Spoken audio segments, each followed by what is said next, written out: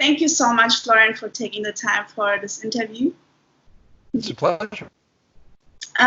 You are running a water fast called Tanglewood in Costa Rica for over 23 years now. That's right. You have fasted over 4,000 people during that time with all kinds of different health issues. Pretty much everything you could imagine. Okay. And you yourself have fasted in total, or not in total, maybe if we sum everything up, your whole fasting that you have done in your whole life, it's over 3 years. That's right.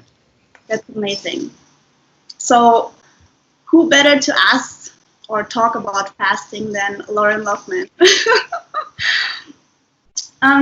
Let me take you way back in time, Loren, and ask you, what was the reason, why did you decided to fast at the first place, and what inspired you to help other people fast and establish Tanglewood? Sure.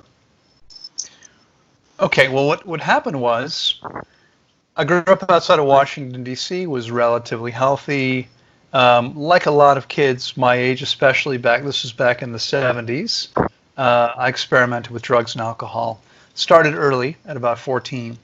And by the time I graduated from college, I was pretty sick. And I didn't realize it at the time because I had a caffeine addiction. So I was drinking 5 cups of coffee or so before lunch every day and using that to keep me going. And one day, in fact, I realized that I had a coffee addiction. And so I decided I wasn't going to drink anymore. And it only took a few weeks for me to realize just how exhausted I was.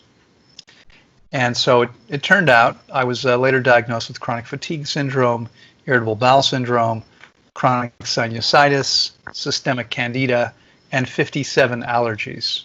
I become allergic to everything. I'd never had an allergy before. I become allergic to everything. And so at the time, all I really knew was Western medicine. So I went to a doctor, and it wasn't a particularly fulfilling experience. He didn't help me. At the end of the year, I thought I need to find somebody else, and I found another one, and then I found a third one. And at the end of the third year, I thought, I'm worse now than I was when I started. Okay, 3 years of medical care, taking drugs, I was getting worse. And so I decided at that moment that I was done with medicine. And I walked away. I was 26 years old, so it was 33 years ago. I walked away. I never looked back. I have not consumed medicine at all except for trauma. Well, I had an accident many years ago where I severed an artery in 2 places and decided maybe getting it sewn back together would be a good idea. But aside from that, I've never seen a doctor, and I don't intend to ever go back and see another one. I realized that all medicine really is the study of suppressing the symptoms of disease. That's all it is. They don't ever make people healthier. There's actually been several instances where medical strikes meant doctors stopped working. In Denmark, it happened in World War II. All the doctors went on strike. The death rate plummeted. And as soon as they went back to work, it went right back up. And this has happened several times. Doctors have the shortest lifespan of any professional. I realized something really important, and that was that health is the natural state of every organism. And that when we're not healthy, it's because we've made our bodies toxic and dehydrated and out of balance. And what we need to do is not go look for something else to take to fix it, because nothing fixes the body. Our bodies are self-healing. Our bodies are self-cleansing. But rather to simply get out of the way. And that's what fasting is. So, yeah. So I mean, what happened was I was looking for an answer. I realized medicine didn't work. I came across a book called Rational Fasting by Professor Arnold Ehret, and it was written back in 1929, if I remember correctly. He was long dead. He died a year later, I think, 30 or 31. And I came across this book, and it sounded interesting, but he was talking about going weeks without food, and I really didn't know if that was possible. So I'd grown up fasting 1 day a year. Jewish on my parents' side, both parents, completely non-religious. But I grew up with this tradition where once a year, 1 day a year, we fasted for the day. And I knew I could do 1 day. I really didn't know if 2 days was possible. So I parked myself close to the refrigerator and tried. And I survived 2 days. And then I did 4. And then I went 8. And I kept working my way up. And eventually was doing 21 days at a time, which to me at the time seemed kind of, pretty intense, pretty crazy. Like the idea that someone could go 6 or 8 weeks back then would have been really hard for me to imagine. Now, since then, I can tell you that our average client fast is 26 days. That's average. Many of them are longer. In the last year, I've probably fasted 12 people for 42 days or longer. I right now have 2 clients that are 30 days. One's finished and one's getting close to 30 days. We do these longer fasts all the time. But back when I was getting started and had no, and of course, this may be difficult for some people listening to understand, but all of this was taking place for me when I was getting started, when there was no Google, there was no YouTube, there was no Facebook. I was on my own. I had a book by this guy who was dead, and I didn't realize there were places I could have gone to get supervised, but I didn't know that. I didn't even know how to find them. I didn't know they existed. So I did it on my own and worked up slowly. But oh, that's amazing. That's really impressive. Going step by step and see how you feel, listening to your body basically, and go from there. Well, I mean, honestly, I really didn't know. What I do now every day, guiding people through these longer fasts, typically 21 to 30 days, and sometimes longer. If you had asked me before I read this book, do you think it's possible to go 21 or 30 days without food? I would have said no, of course not. How could you do that?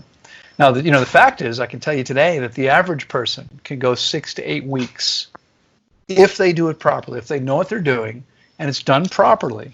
The average person can go that long. And in fact, my longest client fast, not sure if you're even aware of this, but my longest client fast was 18 and a half weeks, 4.5 months, just water. Okay. And I know that you suggest a minimum of 21 days of water. That's right. Why do you suggest at least 21? Why not more, or why not less, let's say? Right. The reason is very simple. When we stop eating, our body goes through a series of different stages of the process. And it takes us 10 to 11 days to reach the deepest part of the process. So if someone fasts for 10 or 11 days, they're just getting to the deepest part of the process. If they fast and we book people here, as you know, by the week. So I work with people for 1, 2, 3, 4, 5, 6, 7, 10 weeks, whatever it is. If someone works with me for 2 weeks, they can fast 11 days with 3 days in refeeding. If they work with me for 3 weeks, it's going to be 16 days fasting and 5 days refeeding. And if they work with me for 4 weeks, it's 21 days fasting and 7 days. So if someone spends 3 weeks working with me, they can fast up to 16 days. That means they've got 5 or 6 days in the deepest part of the process. If they add 1 more week, they've doubled the amount of time in the deepest part of the process. So what we see here all the time is it's way more powerful. It's way more beneficial. And so, I'll tell people, look, don't, if you're thinking of only spending 3 weeks in the process, if you can do an extra week, do it. And if you can do 2 extra weeks, that's going to be more powerful still. Okay. I also know that it might also depend on why people are coming to fast, what the issue is behind, I don't know. Well, yes and no. I mean, what happens is, so almost everybody would benefit from going at least 21 days and maybe 26 or 30 days. Most people would benefit if they went a little longer. But when someone comes to me with Lyme disease or a thyroid dysfunction or let's see. Well, those are a couple of good examples. So if someone comes to me with one of those two conditions, I would say to them, you know, most people with these issues need 26 to 30 days. And so sometimes I'll recommend that. Now with hypertension or type 2 diabetes, two conditions where we have virtually 100% success in eliminating the conditions. And if that doesn't sound significant to anybody listening, it's important, I think, to understand that medicine says these conditions are incurable. You take drugs for the rest of your life, you never get off them until you die, and our experience is 100% of the time, people leave here needing no drugs, with the condition completely resolved. Now, what happens after they leave here, how healthy they are, depends on the choices they make. People that follow the program I give them continue to feel and function incredibly well. People that aren't interested or willing to continue following that program, their results are going to be different. They're not going to be quite the same. Yeah. You mentioned that we can only reach optimal health once the body is clean. Can you maybe elaborate on that? What do you mean by that? Because I know, but people might not know that about an older material that people are releasing in the past, which is very important. That's right, yeah. And it's not just that. I mean, that's a significant part of it, but that's not the only thing. So yeah, the simple fact is that, you know, many people think, well, if they make the best choices, if they optimize their diet, if they get enough sleep, and these are all critically important. I teach the 7 keys to optimal health, and it definitely includes getting an appropriate amount of exercise, not too much and not too little, getting enough sleep, getting, you know, the environment that you're in, including air and water. All these things are critically important. How you deal with stresses, the emotional piece. But no matter what else you do, no matter how good your diet is, for instance, your body will not be able to use it as well as it should be able to use it if you haven't given the body a chance to cleanse and heal first. If there's still garbage in the body, things simply aren't going to work the way that they should. And I'll give you a very quick example of this. Years ago, I did a full-day seminar in the Phoenix, Arizona area in the U.S. And a few weeks later, I got an email from a woman who said, Loren, I was at your seminar. It was amazing. What you said was very interesting. I'm interested in fasting, but I'm nervous because I was diagnosed with a magnesium deficiency, and if I don't take a massive magnesium supplement, I don't feel or function very well. As long as I take the supplement, I'm fine. I said, what are you eating? She said, no, I eat the diet that you recommend. I've been doing that already for 3 or 4 years, 100%. But I still have a magnesium deficiency. So here's a woman who's eating a large green salad every night for dinner and is still deficient in magnesium. And that's interesting because leafy greens, right? Chlorophyll, the central atom in chlorophyll is magnesium. So how are you magnesium deficient when you're eating a big salad every night? So it took me several months to convince her to come fast, but she did. And she fasted 21 days, and she stopped taking the supplement, began fasting, immediately the magnesium deficiency, and I don't remember exactly what it was. I think it was somewhere between 10 and 14 days into the process, all the symptoms had disappeared. She had resolved the magnesium deficiency while consuming only spring water, nothing else, no magnesium. And I haven't talked to her now for a while, but the first 2 years or so after the process, I actually saw her a couple times when I was back in Arizona to speak, and she came to my events. She was eating exactly the same as before, but no longer had an. So there's an example how someone who didn't change their diet, now they were getting what they needed when they weren't able to get it before the fast. And there's many examples. That's amazing. That's a beautiful story. Yeah. Yeah. Successful story. That's nice. And that was really just possible because she was fasting for 20. That's right. Fasting. Well, let's clarify a little bit of what's going on. Why is this so powerful? A lot of people don't understand. I mean, how can starving help you? I hear this all the time. How can starving be good for you? Well, first of all, we're not starving, right? I don't know if you're aware of this, Maricel, but we need 2 to 2.5% body fat to survive. And yet, over the last 14 years, I've measured the body composition of more than 5,000 people. The average woman we see is closer to 30%.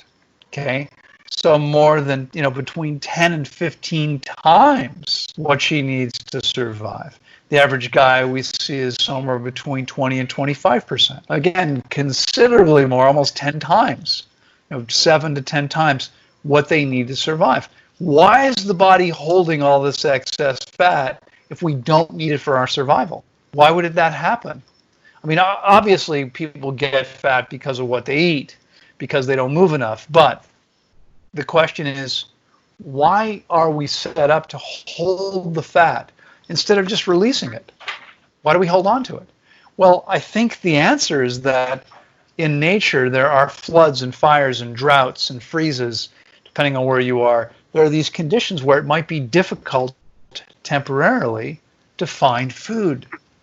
And so animals in nature have to be able to live on their own reserves because they can't always get a meal, right? I mean, you and I, most people on the planet today, I mean, there are still people starving, but are you aware that far more people die of an excess of food today than die of not having enough? Okay? And so most people, certainly most people, you grew up in Germany, I grew up in the US, right? Most people in these wealthy countries, I mean, they think they want to eat something, and 5 minutes later, there's something in their face because they've got plenty of food all the time, easy access to it. If they're not in their own home, where the average person's probably holding tens of thousands of calories, right, in storage. In most cities today that I've been to, there are many places open all night where you can get something to eat. We don't have to worry about this the way that animals in nature do, but our bodies don't know that. So we're storing these excess calories. I mean, of course, again, the way most people eat, they're going to become much heavier than they would otherwise. But the body stores fat so that we can survive in the absence of food. Well, fasting is simply voluntarily giving up food. So what do we live on? How do we survive? We survive on the body fat that we've been storing specifically for that purpose. And the benefit of doing that is that because we're not processing food and because we're breaking down this fat where most of the toxins, not all, but most of the toxins in the body live, where they're stored, now the body is able to liberate the toxins from the body. And so what we see happening are people achieving ridiculous levels of health and vitality as the body cleanses and heals itself to a degree that might have never been possible otherwise. That's incredible. Could you, because I think that's also one important factor of the fasting, to get rid of old material that we hold in the body. And I think a lot of people are not aware that it can also lie in the small intestine, because a lot of people think it actually, or most of it lies in the big intestines. That's also the reason why a lot of people do enemas or other cleaning techniques. So maybe you can talk more about the black material in the small intestine. Sure, yeah. Well, first of all, let me acknowledge that it's controversial because some people believe, including most doctors, that this stuff doesn't exist, right? I have a friend, an acquaintance who's I've known for many years, who spent 8 years supervising fasts himself at another facility, one of our competitors, and he believes after 8 years that this stuff doesn't exist. Now, having fasted with me yourself in a group with other people, everybody eliminated old hard material. When I say old hard material, for anybody listening, this isn't like eating something that's dry and then when you have a bowel movement it's painful. This is characteristically different. It's very hard, it's very dry, it's very painful, it's usually very dark, and it's often very, very smelly. And this is usually stuff that's been around for decades. So, and it's also important, I think, to point out, you said, well, some people think it's in the large intestine. I mean, people do enemas and colonics, and they do eliminate material. So there is some stuff that's in the large intestine as well. And the reason why is because the average body doesn't function very well. What should happen when you eat a meal is 8 to 12 hours later, there should be an evacuation. There should be an evacuation of what you just ate. Now, some people tell me, oh, my system is much better than that. Every time I eat a meal, I immediately have a bowel movement. And I think, ooh, that's not such a good thing. And they say, well, what do you mean? How could that not be good? I said, well, it takes 8 to 12 hours to move something through your system. So if you have your meal and you immediately get up and have a bowel movement, you're not eliminating that meal. Okay, the reason you immediately have a bowel movement is because your system, these tubes, are so full that if you put something in, it's going to push something out. Now, your tubes should be pretty much empty. You should eat a meal, 8 to 12 hours, you eliminate it. Maybe you've had 2 meals, so there's always a 1 or 2 meals in there, but that's it. A lot of people are walking around with 20, 30, 40 or more meals in their body. I mean, the average person has a 4-day transit time. 4 days from this northern opening to the southern exit, okay, 4 days. And the average person eats 5 times a day. So that's 20 meals. That's 20, snacks, meals, whatever. 20 times they're eating something. That's still moving through their system, right? And we see people, usually people that are wealthy in nutrients, have big bellies. These people will often eliminate every day while fasting. There's a gentleman who's done 2 fasts with me now, 26 days and 42 days. So a total of 68 days. He's had at least 1 bowel movement every day while fasting.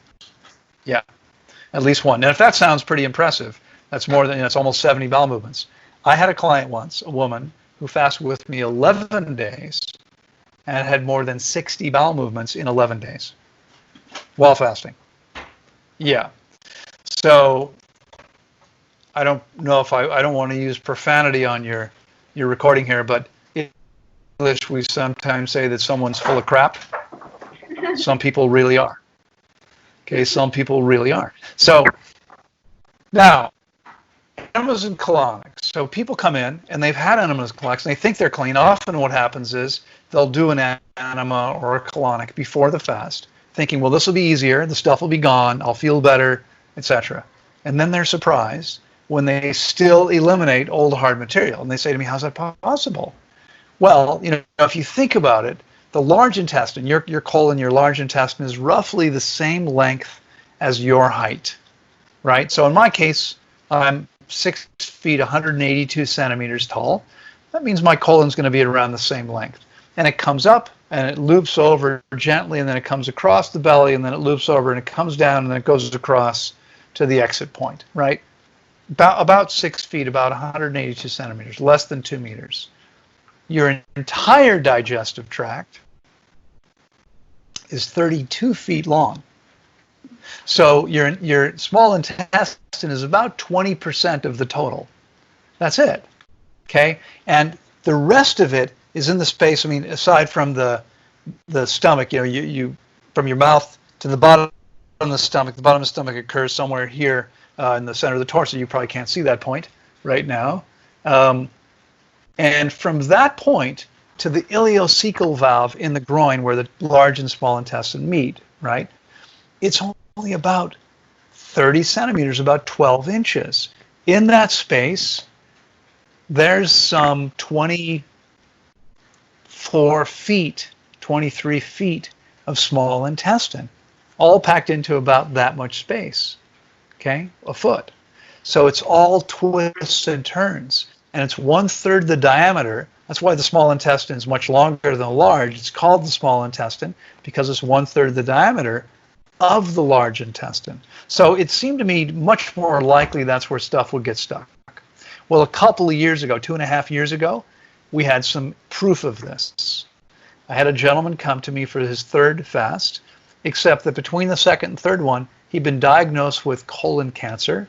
His entire colon had been removed, and his small intestine came through an opening in his abdomen into a bag he wore around his waist. It's called an ileostomy because the small intestine is the ileum. So he fasted 42 days, and then he came back a year later and fasted again 42 days. Every single day, 84 days, there was old hard material moving from his small intestine into this bag, just a little bit. Now, if he hadn't had his large intestine removed, it would have dumped into the large intestine, and it would have sat there until there was enough, and it was hydrated enough to be able to move it out. Okay, so some people do indeed move stuff out of their intestine, large intestine, with an enema colonic. But during the fast, if they're doing it properly, this old material is going to come back in and reoccupy that space, and they're going to have to get rid of it later on. And doing so changes everything. Getting that stuff out of the body is truly a game changer. There's no comparison to what happens when you get rid of that stuff. It affects almost everything. That's also one of the reasons why it is hard to actually hydrate the body if we have stuff. That's right. That's right. Yeah. Yeah. This is a hypothesis of mine, but I believe this is true. You know, I mean, we see that because it's not really a hypothesis. We haven't done an actual study where it's. But here's what we see. We see people come in. We measure their hydration level. They clean out a bunch of garbage from their intestines, and afterward, their hydration level goes way up. And that's what we see over and over again. And the reason why is because that old hard stuff is sitting in the small intestine. Every time anything goes through there, it's going to absorb some water, but it's never going to be enough to actually get it gone, to get it moving, because it hasn't been broken down yet by the body. So it never goes anywhere until someone fasts long enough and drinks the appropriate amount of water. Until they do that, it's like a giant sponge sitting there absorbing the water their body needs, and they never get hydrated. And it's amazing how that affects people. So much of what we think of as normal aging, I believe, is long-term chronic dehydration. You know, I think it is so powerful that we have the opportunity to heal the body just by letting it rest, just by getting out of the way, basically. Amazing. That's right. Good job, right? Without any medical, support or medicine, because that's what a lot of people are doing. They just don't know about this option, and they are suffering. That's right. By keep taking medicines and maybe thinking about operations so they can continue healthy and enjoy life. They're getting organs removed. They're having organs removed from their body because they're not working properly. And it's because they don't understand that if they just give the body the chance to actually heal, the organ can heal, right? And unfortunately, I mean, today in the U.S., it's illegal for a doctor to suggest to someone that they fast or that they do any alternative therapy. They're only allowed to offer the options that conventional medicine. And so people are being kept in the dark on purpose. Why? Well, to be honest, it's because everything's run by Big Pharma. And what they want is your money in their bank account. That's all they care about. They don't care about your health. They just want as much money as they can extract from you. Fasting doesn't make a lot of money. No, it doesn't. It doesn't. But it's got help and it does really do amazing miracles. So can you maybe tell us some or give us some idea, who are the majority of your clients? Why are they coming to you? What is the majority of your clients' issues? So why do they Well, decide it's to hard. see you? It's hard to generalize because we see people from all walks of life. We've literally seen people here from more than 130 countries. I think we had a diverse group when you were working with me. There were four of you probably from four different countries. That's what typically happens. And it's everything. I mean, we obviously see a lot of hypertension because hypertension is one of the leading killers of people. Lots of people over a certain age are going to have high blood pressure, hypertension. We see less, but a fair amount of type 2 diabetes. We see a lot of arthritis. I mean, we see all the things that everyone experiences because we see a cross-section of the population. We see a lot of lower GI tract problems. We see tons of digestive tract distress. People eat, they feel bad. It's super common. And people are always surprised, but from my perspective, I think you know that in November, at the end of November, so what is that, 6 months from now, I will celebrate 29 years eating exclusively fruits and leafy greens. 100% raw, 100% vegan, fruits and leafy greens. And I would suggest to anyone, that's all that belongs in the human body. You can eat all kinds of stuff, but anything else you eat is going to create disease, dysfunction, dehydration. That's what actually causes most of the problems, is what people are consuming. It's the choices people make. But most people don't understand this. And so they continue to create problems. They continue to look to medicine to resolve these issues when all medicine, as I said before, all it can ever do is suppress the symptoms that are actually part of the healing process. And that's the crazy thing. They're thinking, the symptom's bad. I'm like, the symptom's not only not bad, it's actually what you need. It's happening because your body's cleansing or healing. Suppress the symptom, and it can't do that. So you're basically saying a lot of issues can be healed with fasting. Well, almost everything. I mean, almost everything. Let's be clear. It is possible. What's that? I missed that. Almost everything. That's awesome. Almost everything. Almost everything. Yeah.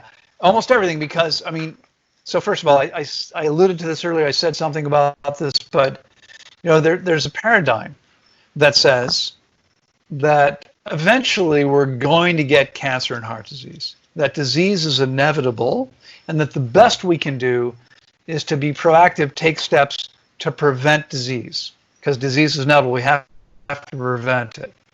And my paradigm is very different. My paradigm says perfect health is inevitable as long as we don't create disease. Disease is inevitable only because everyone eats crap and does all these other things. If we don't do any of that stuff, there's no disease. There should be no disease whatsoever. And that's the reason why in 33 years now, I haven't been sick one day. And I've got 5 siblings, brothers and sisters. They all wear glasses, at least to read. Most people my age wear glasses. Okay? My vision is still better than 20/20. Okay? My body still works as well as it ever did. In fact, better now at 59 than it did at 18. That's what's possible. We can feel and function, still be sharp. I remember, I think I mentioned it earlier in life, I experimented with substances back in the 70s, and I got to the point where I couldn't think very well. I just couldn't connect the dots sometimes, right? And that completely shifted after my first long fast. I'm like, there's my brain again. Now I've got that mental clarity that I was used to having when I was younger. Everyone can feel and function so much better than they think is possible. They're usually blown away when they actually realize what's possible for them. That's beautiful. And you say optimal health. To just talk a little bit about this topic, optimal health is basically a raw plant-based diet consisting mostly of fruits and well, yeah, I mean, optimal health is where every aspect of our being functions as well as possible. That's what optimal health is, and it may be that depending on someone's age, maybe they're never going to achieve that because there's already been enough damage, right? I mean, if you've been on the planet for 20, 30, 40, 50, 60, 70 years, the longer it is, the more damage you've created.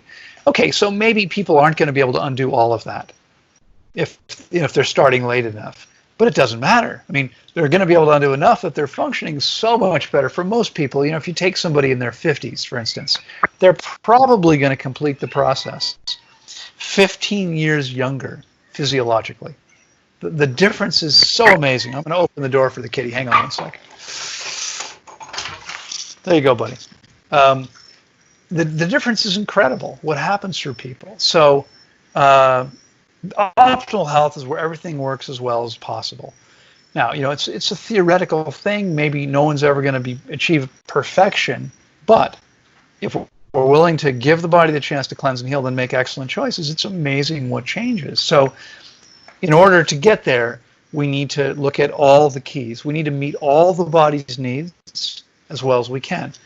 The diet you mentioned, fruit, soft, tender, leafy greens, that's critically important because anything else we do is an insult to the body. The fact is, and there are probably a lot of people listening right now that may not want to hear this, but the fact is that when we cook food, we create toxic compounds. We destroy nutrients. Okay, that's far from optimal. The body reacts every time you eat cooked food with an immune response. It creates blood cells and sends them to the digestive tract. Your temperature goes up. There's all these things that happen that are triggered simply by eating food, including food that most people think is healthy, but isn't if it's cooked. Not really. I mean, everything's relative, right? So people adopt a whole food, plant-based diet of cooked food, including cooked food, and they do much better than they did before. And they think, well, this has got to be good for me. Look what's happening.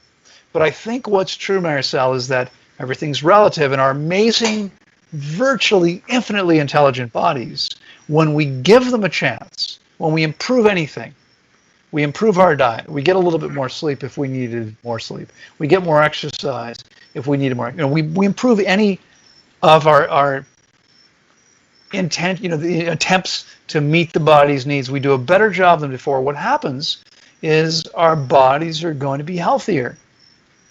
But that doesn't mean that we're doing the best. It just means what we're doing now is better than it was before. And it's so important to understand that. Because if we fail to understand that, we get stuck. I mean, people all the time was, oh, no, macrobiotics, that's the best thing. I adopted a macrobiotic diet and my body healed. And I'm saying, well, it could probably heal more. Like, I'll guarantee you can take it to a new level. But no, I'm going to stay here. This is what eliminated the whatever it is. And they need to understand the diet didn't heal them. Okay, juices don't heal people. Supplements don't heal people. Superfoods don't heal people. Right? What heals your body? You know what it is, right? Yes, the body itself.